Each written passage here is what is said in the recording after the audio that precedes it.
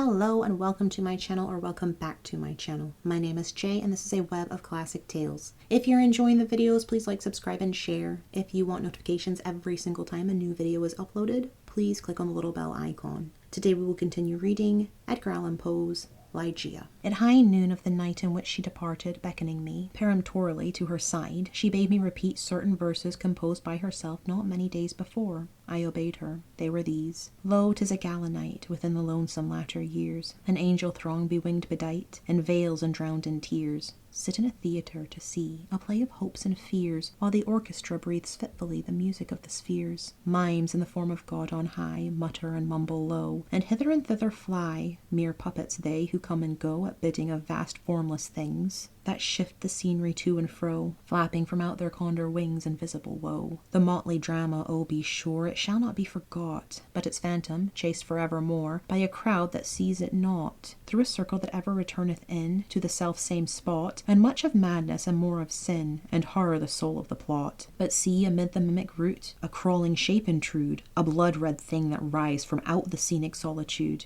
It writhes with mortal pangs, the mimes become its food, and the seraphs sob at vermin fangs, in human gore imbued. Out are the lights, out all, and over each quivering form the curtain of funeral pall. Comes down the rush of a storm, and the angels, all pallid and wan, uprising, unveiling affirm, and the play is the tragedy, man, and its hero the conqueror worm. O God! Half shrieked Ligeia, leaping to her feet and extending her arms aloft with a spasmodic movement, as I made an end of these lines. O God, O divine Father, shall these things be undeviatingly so? Shall this conqueror be not once conquered? Are we not part and parcel in thee, who knoweth the mysteries of the will with its vigour? Man doth not yield him to the angels, nor unto death utterly, save only through the weakness of his feeble will. And now, as if exhausted with emotion, she suffered her white arms to fall, and returned sullenly to her bed of death. And as she breathed her last sighs, there came mingled with them a low murmur from her lips. I bent to them my ear and distinguished, again, the concluding words of the passage of Glanville: Man doth not yield him to the angels, nor unto death utterly,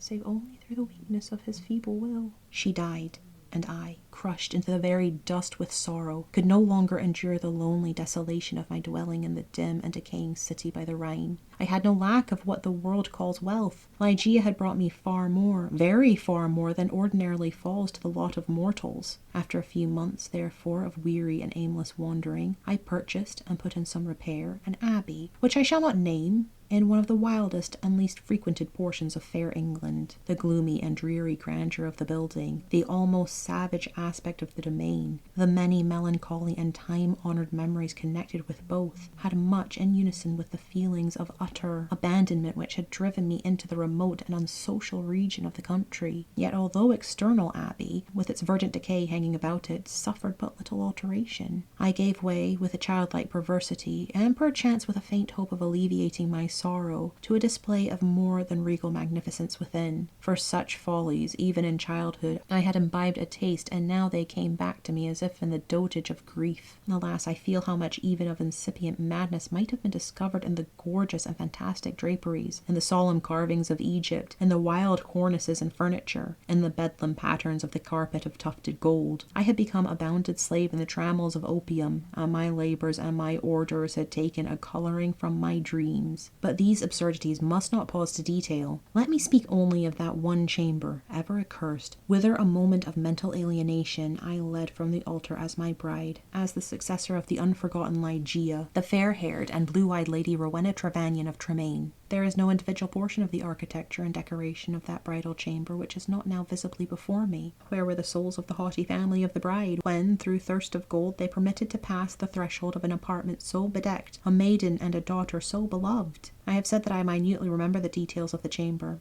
yet I am sadly forgetful on topics of deep moment. And here there was no system, no keeping in the fantastic display, to take hold upon the memory. The room lay in a high turret of the castellated abbey, was pentagonal in shape, and of capacious size. Occupying the whole southern face of the Pentagon was a sole window, an immense sheet of unbroken glass from Venice, a single pane, and tinted of a leaden hue so that the rays of either the sun or moon passing through it fell with a ghastly lustre on the objects within. Over the upper portion of this huge window extended the trellis work of an aged vine, which clambered up the massy walls of the turret. The ceiling, of gloomy-looking oak, was excessively lofty, vaulted, and elaborately fretted with the wildest and most grotesque specimens of a semi-Gothic, semi-Druidical device. From out the most central recess of this melancholy vaulting depended, by a single chain of gold with long links, a huge censer of the same metal, Saracenic in pattern, and with many perforations so contrived that there writhed in and out of them, as if endued with a serpent vitality, a continual succession of parti-coloured fires. Some few ottomans and golden candelabra of Eastern figure were in various stations about, and there was the couch too, bridal couch, of an Indian model, and low, and sculptured of solid ebony, with a pall-like canopy above. In each of the angles of the chamber stood on end a gigantic sarcophagus of black granite from the tombs of the kings over against Luxor, with their aged lids full of immemorial sculpture. But in the draping of the apartment lay, alas, the chief fantasy of all. The lofty walls, gigantic in height, even unproportionably so, were hung from summit to foot in vast folds with a heavy and massive-looking tapestry